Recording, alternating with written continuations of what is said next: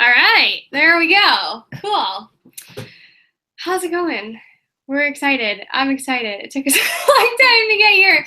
Okay, this is Rebecca and Caroline. We're here to do a quick Q&A combo, answering some of your questions that we're excited to chat about. And we are just so excited to be here as a part of our Rise Elite program and our initiative to really just get the word out there that we're doing fun stuff here. And what Rise really is about, at least to me, it just means getting you on the direction of figuring out what it is that you love and who you are and moving you into that direction, whether it's in sports, out of sports, just everything in general. So we're pretty pumped to be here. We're building our, the Rise life as far as Instagram and now the YouTube. And so we are totally pumped to add our Q&A section and giving it a whirl today. So starting off, I'm Rebecca Soni. I'm an Olympian, gold medalist, swimmer, breaststroker, and retired 3 years ago, starting Rise and Rise Elite, our mentoring program, along with Caroline. And I'm coming at you today from Los Angeles, from the sunny, beachy Redondo Beach in Los Angeles, and I'm really excited. All right. Thanks, Reb, for that awesome intro. Following that, I'm Caroline Burkle, and I'm up here in Santa Barbara. So coming from Santa Barbara, like 2.5 hours north of Rebecca, so real close to LA. And I'm 2008 Olympian as well with Rebecca, and Olympic bronze medalist in the 4x200, so freestyle, not breaststroke. And joined Reb for Rise Elite about a year ago and haven't looked back. So we've really been taking this by storm, and it's been so fun. And, like she said, this is your time, your questions, and we're answering them. And it's a conversation between us is how we're going to frame it. So whatever questions that you guys had, these burning questions, these thoughts, these feelings like about your athlete and about how you are with your athlete, we're here for you right now for that. So thank you for being here, and we're stoked to chat today about it. Yeah, awesome. So we're going to start with a question that came from one of the parents. So we sent out to our group of parents that we have athletes currently in our mentoring program. And these parents are kind of our sounding board for parents all across the country that are going through all the same stuff. So we're really excited to have that group within our grasps. And they sent us a bunch of awesome questions. And unfortunately, we can't answer them all right now, hopefully in the future. And so our first question is about just the general involvement of the parents. From a parent's perspective, how much involvement is too much? How much is not enough? How much is just right? So what do you think about that to start, Caroline?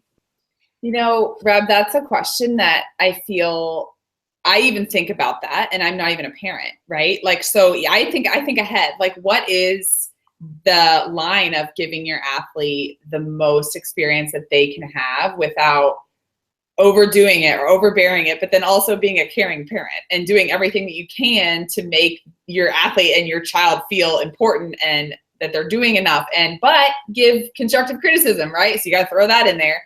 So I don't know, this is something that I personally feel so passionate about. And so this is one of the most amazing questions in my opinion, as far as that goes. I think it's not as much of involvement in the physical sense. I think the involvement, in my opinion, comes from the emotional sense as well. So, you may be watching your athlete, right? You may be at practices, you may be at meets, you may be at competitions. That kind of involvement is support, but it's how that emotional energy is shown in those situations that is key. And that's, I think, where when you're giving them the love and the support from that standpoint of what you're doing is enough, then that's the baseline for everything. And so in a nutshell, when you're giving them that specific feedback of, hey, this was amazing, you're doing a wonderful job in that, but tell me how you felt. So that asking of the questions that's the emotional involvement that I see as the most beneficial from a lot of parents. So asking their child questions, asking them, how did they feel? What are they doing well? And how are they able to move forward? And those kinds of fun questions, whether you're in the car, at carpool line, or dropping them off for practice, things of that nature, that's where I see that involvement being the most impactful. So not necessarily like I've got to do it all and I've got to tell them everything that they need to know in this 1 minute, but more coming from a place of support and then asking them questions, because they'll create their own answers.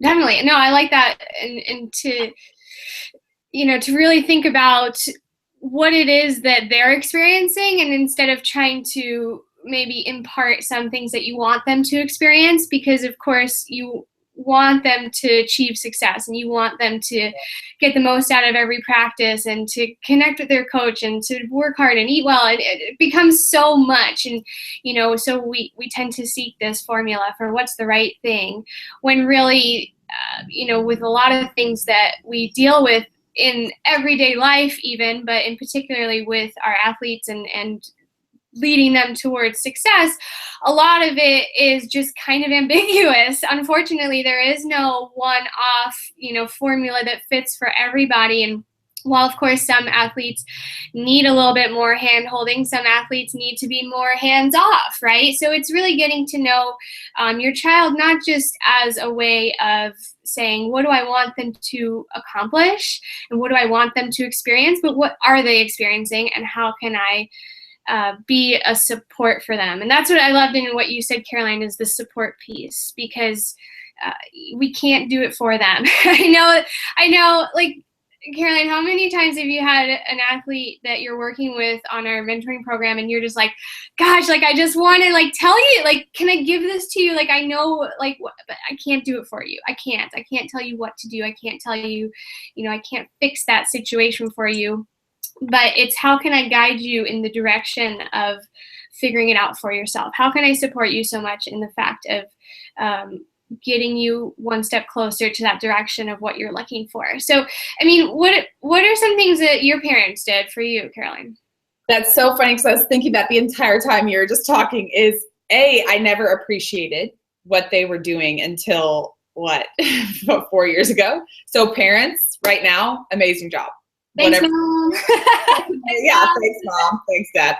So, yes, I admittedly did not want to hear it, but I vividly remember my father asking me tons of questions all the time, and I didn't realize what he was doing was having me create that. So I think the most crucial things are having that conversation with your athlete as well, communicating what you and them are going to talk about too. So check-ins, like having codes for check-ins and having that real crucial conversation of, hey, Sally, I want you to know that I care about you, and that when I ask you questions, it's only because I care and I'm curious. And it's not because I'm questioning you and what you're doing. And I want to get to know you. What works for you? Do you like it when we talk about this? Do you like it when we talk about something completely different? Do you want me to check in with you? Or how do you like to check in? Do you want to write each other notes on how we're feeling? Like, as far as my dad and I, he used to write, like little tasks and things like that. And it would help me because I needed a little to-do list. Even this is just around the house, like stuff of that nature. So that's our communication. So if it's not verbal, what is it that you and your child can do, and what experience are you providing them from that aspect? So that's what, from my personal experience, that's what I remember. My dad always asking a ton of questions, and I really hated it. I was like, stop interrogating me. But I think it comes from a place of, this is why I'm asking you these questions. That's the meat right there. Just getting to that why and communicating that to them. What's really interesting too is that, I think you and I represent pretty different spectrums or ends of that spectrum, whereas you had a lot more of that communication, but I definitely am a very internal person, and I was as a young athlete as well. And so questions could lead me towards feeling interrogated, but also like wanting to shut down even further. And so what I loved about the way that my parents handled that was pretty much just kind of keeping it hands off. And I'm sure that if they were a part of this conversation, they would tell a completely different story. They would talk about, they were freaking out and they were trying to do this. And, of course I don't want to jump to conclusions. They were supportive in getting me to practice and, making sure breakfast was on the table and dinner is ready, even if we come home at 11 o'clock from practice. So all this stuff that goes into it, they were doing all of these things. But when it came to the actual, getting Rebecca to the pool, to the meet, and like, good luck, there was nothing more than just dropping you off, like, have fun. And when I came back, it was nothing more than, hi. Like, awesome. I don't remember any conversations of how did that feel, or you should have done this or anything like that. It was just the way, the meat comes, the meat goes. And it gave me a chance to step up and kind of put my own empowerment in there, and to leave it at the pool, because I didn't want to bring it home. I didn't want any of that stuff at home. And so, again, like we said earlier, it's about getting to know what it is that your athlete needs. Caroline and I, we both have such different needs that I think totally. 100%. And I think that is an amazing thing that we just touched on too, is that there are two totally different ways of what your athlete needs, right? And Reb, you hit the nail on the head. So the feeling of being interrogated, and granted, we only had our conversations in the car. Once we got home, there was no talk about it. Like, my parents never talked about that in the house. Like, it was always probably chores or what we needed to be doing, or not like, hounding, but hey, they always had a funny way of making it a fun event too. So that is so crucial. I think leaving it at the pool, or if there's a conversation, having it and then moving forward. Dragging something into the home as well can also, it's hard, right? Because then you create that space of everything feels like it's a competition. So not that that's wrong. And if you do have a safe space in your house to create that conversation, then that's awesome. But I love that you said to really just be yourself and be in the moment and live your life outside of that when you do get home. I think that's so awesome. So as far as feeling involved, going back to the beginning question, like feeling involved, in what your children are doing and how they're competing and how they're practicing and how they're training and how their life is, like how they're doing. It's all a matter of what works for them, how they need something handed to them and what they need. And I think that's coming from a place of understanding more and more that is a very crucial thing, and for coaches to understand as well. So what do you think would be some things then, because we threw a lot out on the table there. We didn't really give you a specific thing to do or formula, but there's a lot of stuff just kind of floating around here. So what are some important things to avoid? That's a really good question. I think going in my mind automatically turns to the positive direction, right? Like, instead of what can you avoid, it's what can we work toward, and instead of avoid. But the avoid question is so real. And I think that avoiding putting the athlete on the defense, or maybe criticism, not in a constructive way, can be hard as an athlete to feel like, am I performing for my parents, or am I performing for my coaches, or am I performing for myself? So just being very aware of overly critical comments and actions of that sort, which guaranteed is not a problem, but we all know that can be an issue if that is felt. What about you? I think in general, just trying to coach, trying to give, you mentioned criticism, but really any sort of critique about their performance, I think, should be left to the coach. We always say to, the people that we work with that there's the coach, they have their role. There's the parent, they have their role. And then there's us at Rise, and we have the mentorship role, and they're all totally separate things.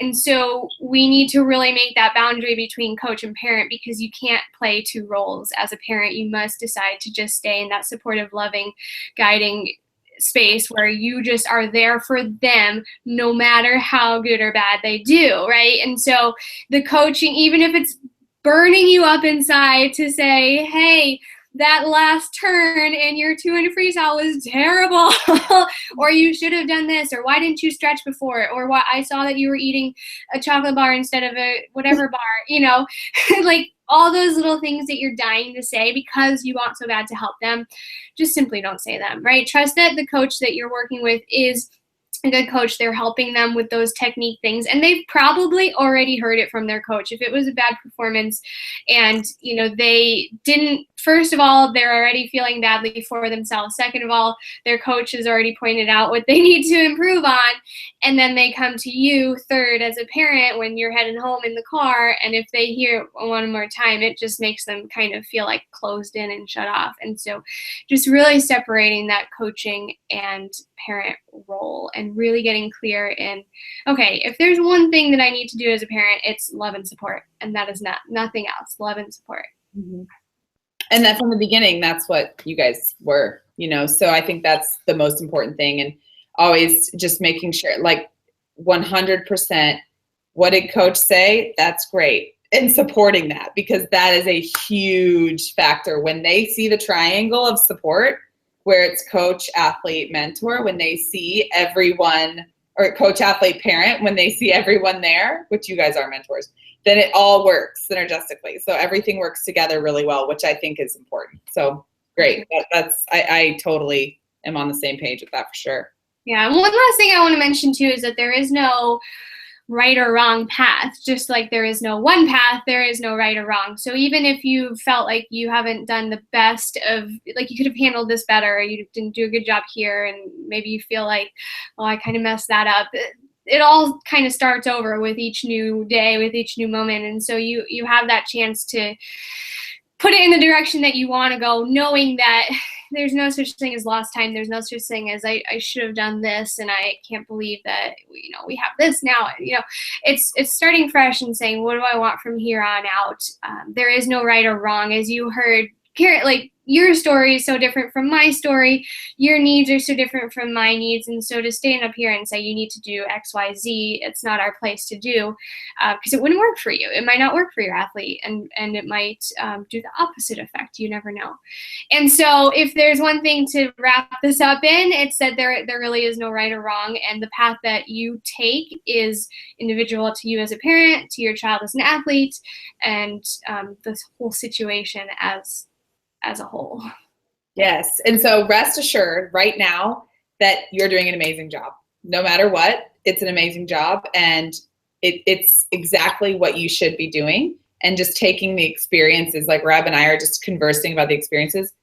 It's all experiences, like she said, and that's it. There's never a right or wrong answer. So awesome job. I love it. Very good stuff. It's so interesting. I just love to chat about it, because there's so much out there, and there's so many people's opinions, and so much desire to improve and to get better and to really work towards this dream and vision that you have, and that your athlete has, and that we all kind of have together and for each other. And it's always just fun to sit down and chat and have a really cool conversation about the things that we're doing and that we can do better.